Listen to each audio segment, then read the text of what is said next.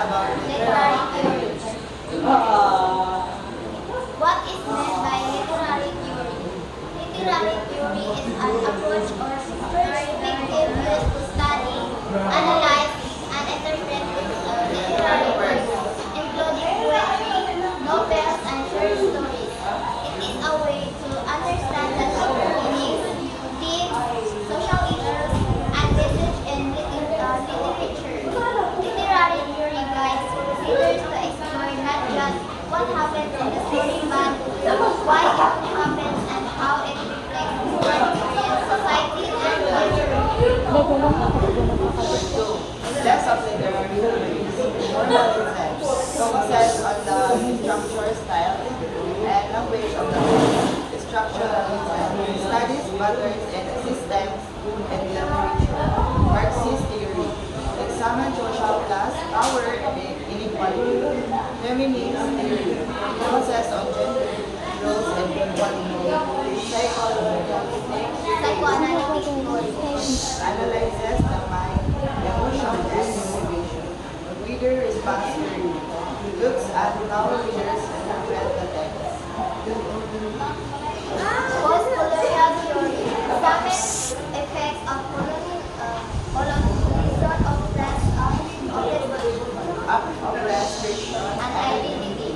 New historicism looks at literature and its historical and cultural context.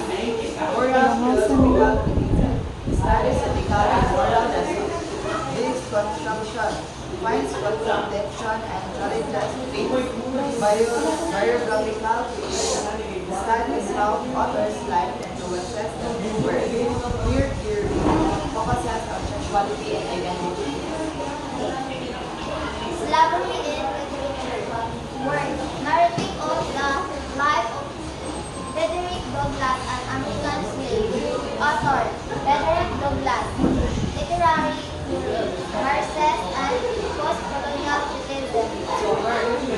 This literary work tells the true story of Frederick Douglass, who was born into slavery in America. Author. It was written by Frederick Douglass. Hensel. Summary. Frederick Douglass was born into slavery and faced harsh treatment from his masters. He was denied education and basic human rights, treated as property instead of a person. Through secret learning, he discovered the power of knowledge. He eventually escaped and became a leader who fighting for freedom and inequality. Sentence. Once I learned to read, I understood what freedom truly meant. And I could never accept being treated as property. This sentence shows that education gives him awareness and power. When he learned to read, he realized he deserved freedom and equality.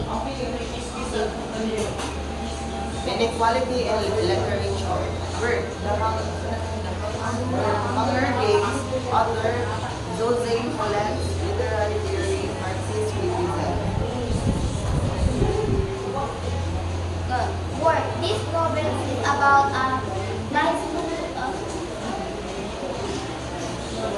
This novel is about the dystopian society called Conan.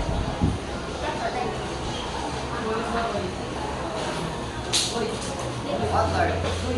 Written by Joseph Collins. Literary theory, Marxism criticism. So, Marxist criticism. The capital represents the rich and powerful class. The district represents the poor working class. The capital controls resources and forces children to fight. This shows economic inequality and abuse of power. Summary. Panem is divided between the wealthy capital and poor districts. The capital controls all resources and forces children to fight and deadly games.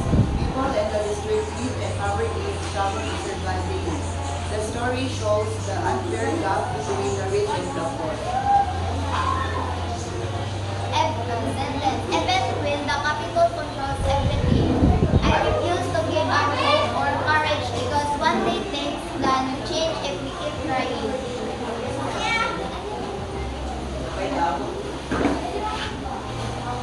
even when the capital controls everything.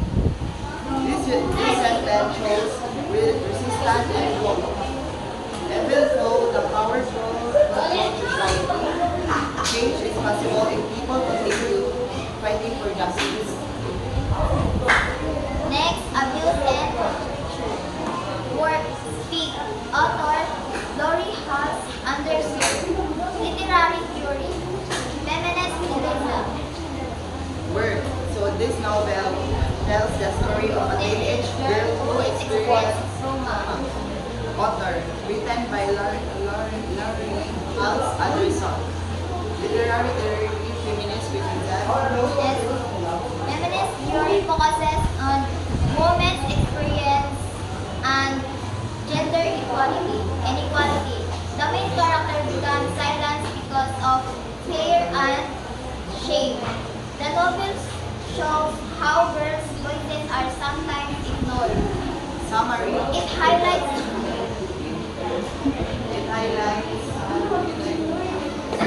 the importance of empowerment and speaking up. Summary. A teenage girl experiences abuse and trauma. She becomes silent because of fear and shame. She feels isolated and misunderstood. Slowly, she learns to speak up and regain her confidence. Sentence. I am not invisible. I am not broken. And even if I stay silent, my stories matters and my voice will one day be heard. So this sentence shows empowerment. It means that even if she was silent, Silence. her story matters and she deserves